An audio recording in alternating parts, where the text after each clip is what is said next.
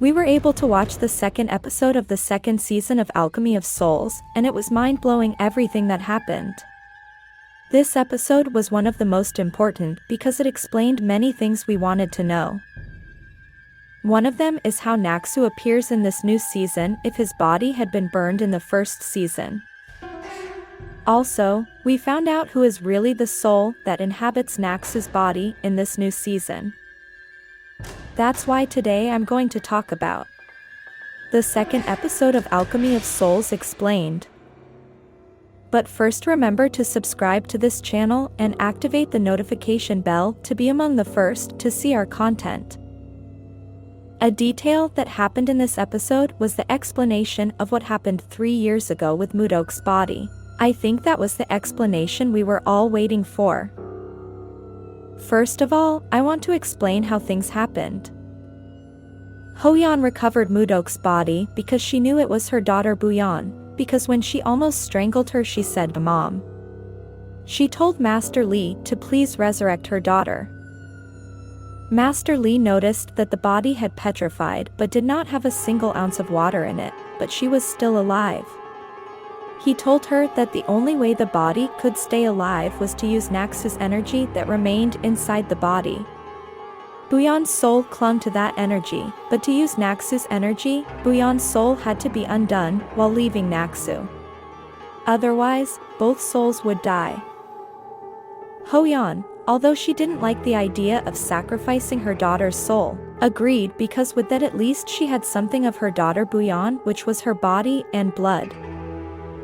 In the process, Master Lee realized that Naksu did not become wild because the soul that was also inside the body was Buyeon's soul. He indicated that Naksu was not in the body through Alchemy of Soul, but that she was locked inside the body. Now then, why did Hwang agree to sacrifice her soul and then have only her daughter's blood in a body, where we know that in that body was not Buyeon's soul but Naksu's? Well, Hwang wanted to at least continue the family line. So she developed a plan so that Naksu could recover and then she could get married and have a child, so that she would have a granddaughter who would be the heir. After that, she plans to bury her for life or else eliminate her.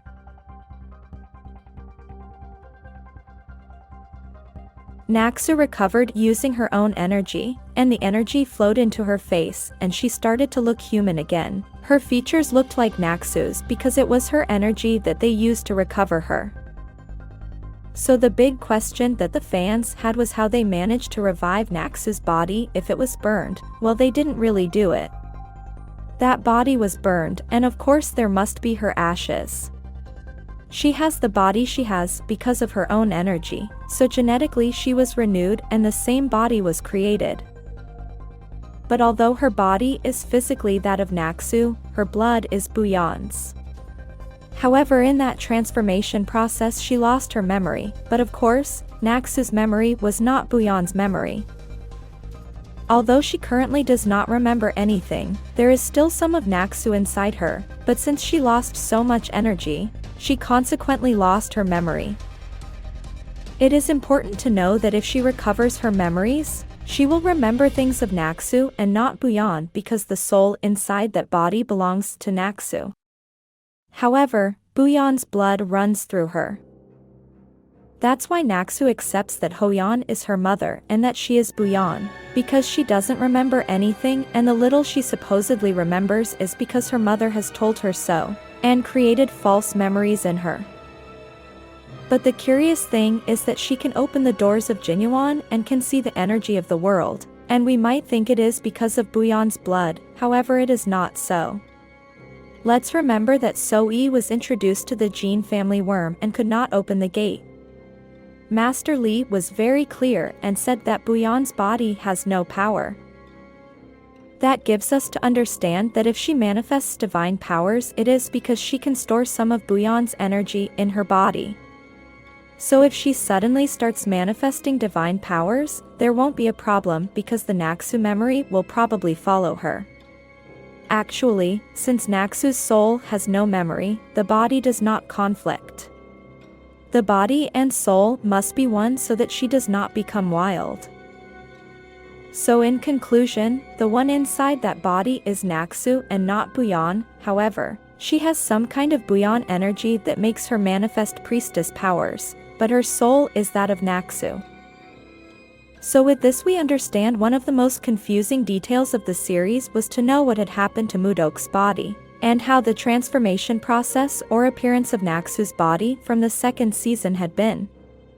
I think knowing this we can sleep in peace.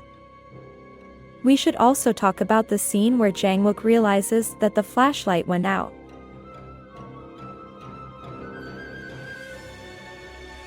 Jang Wook was with Naksu and said, "You can turn off the last lantern. For your information, I received this as a gift from Jinyoon for complicated reasons. They said it was a kind of lantern that never goes out. Anyway, the light can't be turned off. Since you are a high priestess of Jinyoon, use your divine power to turn it off." Then Naksu tried but couldn't. Jang Wook got angry and she told him that she lost her divine powers along with her memory and all she can do is to see the energy with her eyes. But then at the end of the chapter Jang Wook realized that the lantern was turned off and he knew it was her, and that despite everything it wasn't all a lie. But we did notice that when she turned off the lantern, she didn't have the bracelet, and also that had happened after she had an encounter with possible wraiths.